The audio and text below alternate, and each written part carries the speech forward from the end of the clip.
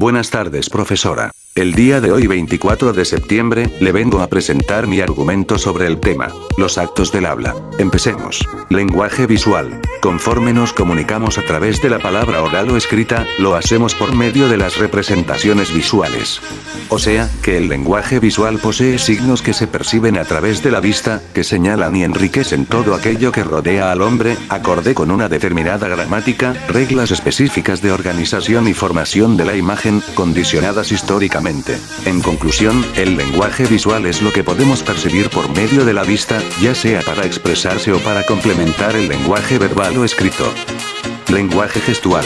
Consiste en las expresiones faciales, todo tipo de gestos y el contacto visual. Es algo que se usa a diario, incluso cuando enviamos mensajes verbales es habitual acompañarlos de algún tipo de lenguaje no verbal que complete la información. El lenguaje corporal incluye señales que se envían de forma consciente o inconscientemente, e incluso el espacio corporal. Incluso puede hacer que un mensaje verbal no sea comprendido o cambie su significado si el lenguaje corporal no encaja con el lenguaje verbal.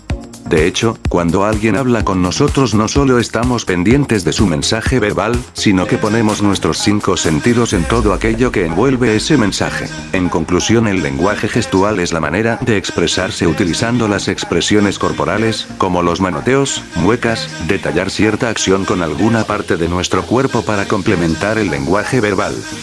Lenguaje oral. El lenguaje oral es una forma de comunicación que utiliza sonidos pronunciados por la voz humana para transmitir un mensaje.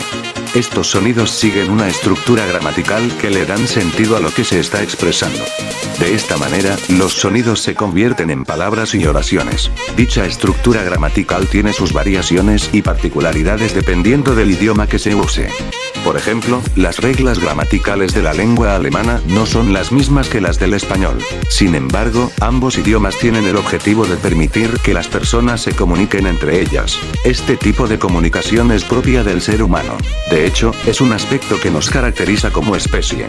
Si bien es cierto que los animales se comunican entre sí a través de sonidos, como los delfines o las aves, su forma de comunicación no cuenta con la complejidad que tiene la nuestra. En conclusión, el lenguaje oral es expresada mediante las cuerdas vocales del organismo de los seres humanos, que es percibida únicamente y exclusivamente mediante el sentido auditivo, pero para poderlo entender con algún otro sentido es necesario acompañarlo del lenguaje visual y gestual.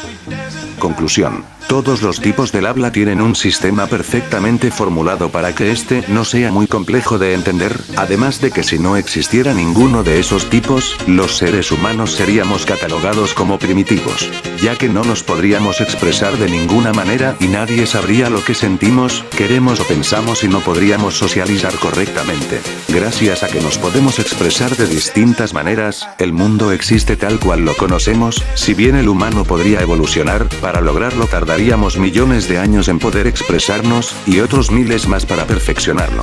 Bueno, este es mi argumento, espero que lo hayan podido comprender perfectamente como yo lo comprendí mientras escribía mi guión para expresarme correctamente y brevemente. Hasta luego. お前はもう